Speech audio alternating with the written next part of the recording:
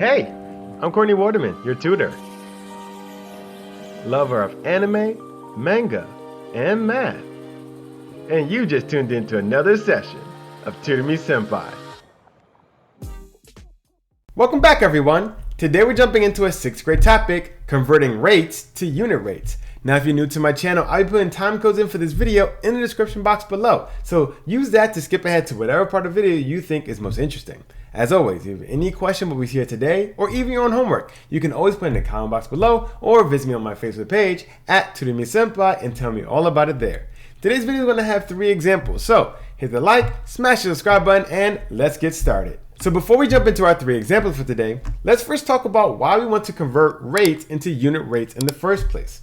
Now remember, a unit rate is going to be a special type of rate. And if you have no idea what a rate is, I recommend you check out my video on rates. You can find it right up here. In this video, I talk about rates, how they relate to ratios, and I even introduce what a unit rate is. So check out that video and come back to this one when you feel a little bit more confident. But let's say you understand what a rate is. Remember, a unit rate is going to be a special type of rate. Now, what makes a unit rate so special? All unit rates are going to have 1 in the denominator. If it doesn't have 1 in the denominator, it is not a unit rate. And remember, your unit rates are going to have units as well. But in that little example right here, I'm not going to write it there, but your unit rate, all rates actually, are going to have units as well. But what makes a unit rate special? Denominator, always equal to 1. But that doesn't answer the question why we want to convert rates to unit rates. Well, let's think about how rates are typically set up. You typically have, let's say, a fraction like this, in which this is, let's say, object 1, and this is object 2. And object 1 could be anything, like miles, money, anything. And object 2 can be something different from object 1, let's say time or area, it doesn't really matter. But you have something like this. This is your typical rate. But let's say you were ignoring the units for your rate. What's left? You have a fraction here, right? And what's the best way of comparing fractions? Well, let's say you had 2 fractions. This was C over D. How would you compare these 2 fractions? You would need to convert them to have like denominators. That's exactly what our unit rate does, except it doesn't let you just make any denominator. We're focusing on 1, which would be the most simplest of denominators. By converting all denominators to 1, we effectively are causing our fractions to be simply numerators. We don't even have to worry about the denominators because you don't have to write 1. So we are making this the most simplest of fraction. In actuality, we're removing fractions if you think about it, but we're trying to make it the most simplest way possible by making sure that we're only comparing when the denominator is 1. So converting rates to unit rates makes them not only easier to compare, but we're also making it easier to look at and manipulate for other purposes because we no longer have to worry about fractions. Let's look at a few examples to drive this point home. Let's look at our first example. In this first example, we're going to be comparing car speed. So we have one car going 408 miles in 6 hours, and we have a second car going 657 miles in 9 hours. If I was to ask you which one of these 2 cars is moving faster, could you easily tell me? Now, it might be a little difficult with how it's written. However, when we convert this to a unit rate, it becomes a lot easier. But now you might be asking, well, how do you convert a rate into a unit rate? Well, remember, all unit rates have to have what? A 1 in the denominator. So let's start there. If we need to have a 1 in the denominator, how do we get that? Well, this has a 6. So let's look at this first car. This is a 6 in the denominator. How do we make 6 turn into a 1? Well, we have to divide by 6. And whatever you do to the denominator, you have to do to the numerator. So we're going to divide top and bottom by 6. Doing that will ensure that we have a 1 in a denominator, and we'll have whatever's left over in our numerator. So what's 408 divided by 6? Well, that's going to be 68. So this is 68 miles per hour. You see, we only have 1 now. So it's per hour. So instead of 408 miles per 6 hours, the unit rate is going to be 68 miles per hour. How about car number 2? We're going to do the same thing. We want this 9 to turn into a 1, so let's start there. We have a 1 in our denominator now. Well, how do we get there? Divide this by 9. So you see we're not dividing by the same thing. Each rate is going to be different. They're all special. So you have to focus on what is going to make that particular rate have a 1 in the denominator. This one took 6, this one's taking 9. So whatever you do to the denominator, you have to do to the numerator. So top and bottom is going to divide it by 9. So what's 657 divided by 9? This is going to be 73. So this is 73 miles per hour, right? We only have 1 now, so per hour, compared to 68 miles per hour. Now we don't even need to put this 1 anymore because this is a unit rate. Anything over 1, we can just drop the 1. So this really turns into a 73 miles per hour compared to 68 miles per hour like this. Now, if I was to ask you, car 1 or car 2, which car is going faster? Could you tell me? Yes, car number 2 is going faster, right? 73 miles per hour compared to 68 miles per hour. Car number 2 is moving a little bit faster, not a ton, but still faster. So let's jump into our second example for today. In this example, we're going to be looking at 2 friends who had to pay for gas to fill up their car.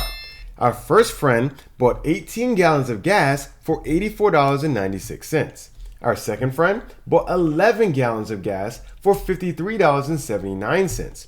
In this example, we want to see not who spent the most on gas, because we know friend 1 spent the most on gas. We can easily see that. What we want to figure out is who had the better deal on gas. If I was to ask you which friend had the better deal on gas just by looking at these first rates, could you easily tell me? You may not be able to. However, if we convert both of these to their unit rates, we can easily at a glance see which one had a better rate. So let's do that. Let's start with friend number 1. We want to convert this into its unit rate. Once again, we have to start with the denominator. Has to be 1. We start there. How do we get 1 in the denominator? Well, this has 18 here, right? So we're going to divide by 18. And whatever you do to the bottom, you have to do to the top. So we're going to divide that top by 18 as well. And when you divide your top, $84.96 by 18, what do you get? Well, that's going to be $4.72. So that's $4.72. So that's $4.72 per gallon.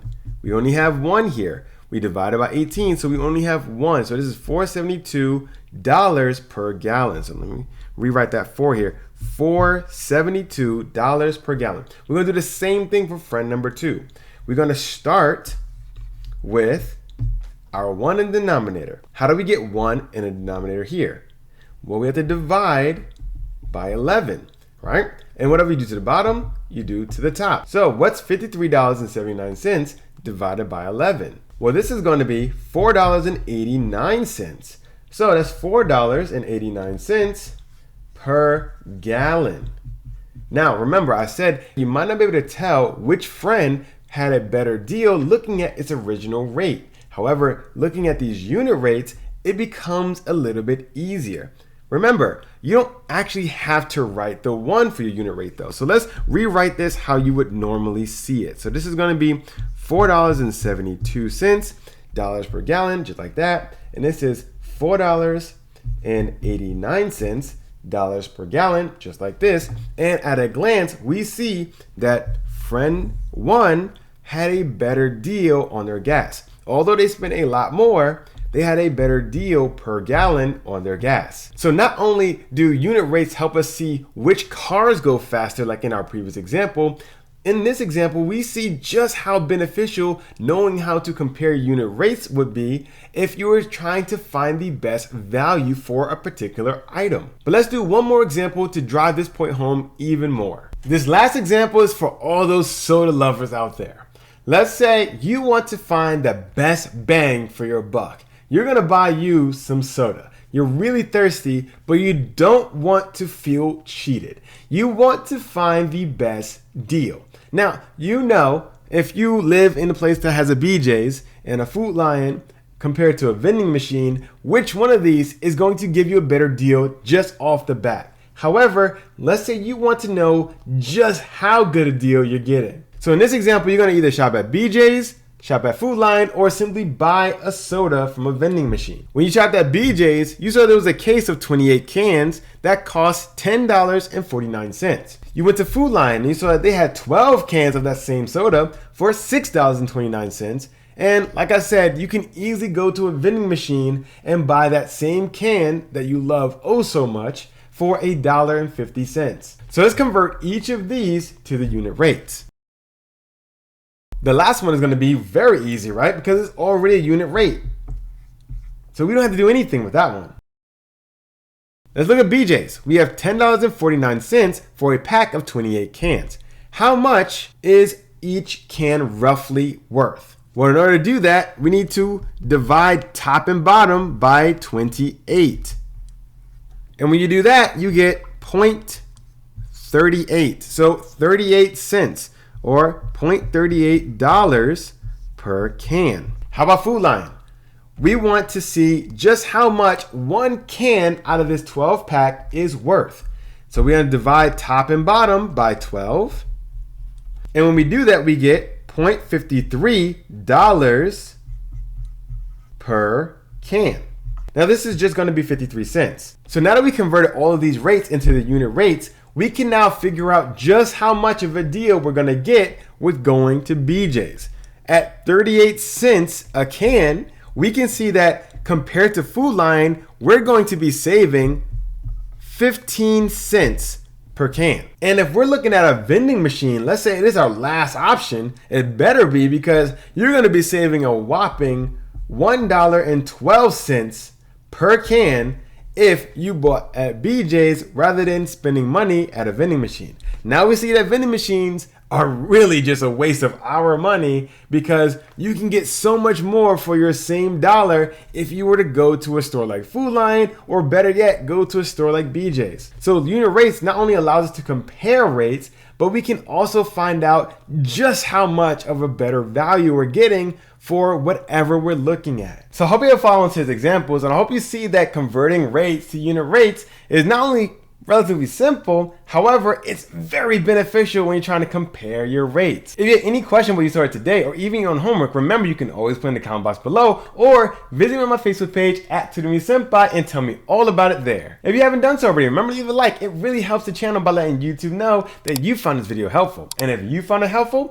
so could somebody else. So hit that like, smash subscribe, hit the notification bell, and while you're at it, share this video with a friend. Well, that's all the time I have for today. I'm really hoping this helped with your homework, and I'm looking forward to seeing you again next week. I'm Courtney, and this is another session of Tutor Me Sempai.